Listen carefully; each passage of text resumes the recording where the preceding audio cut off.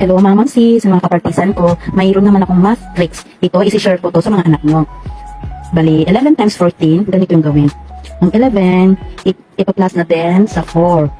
Plus yan, equals 15.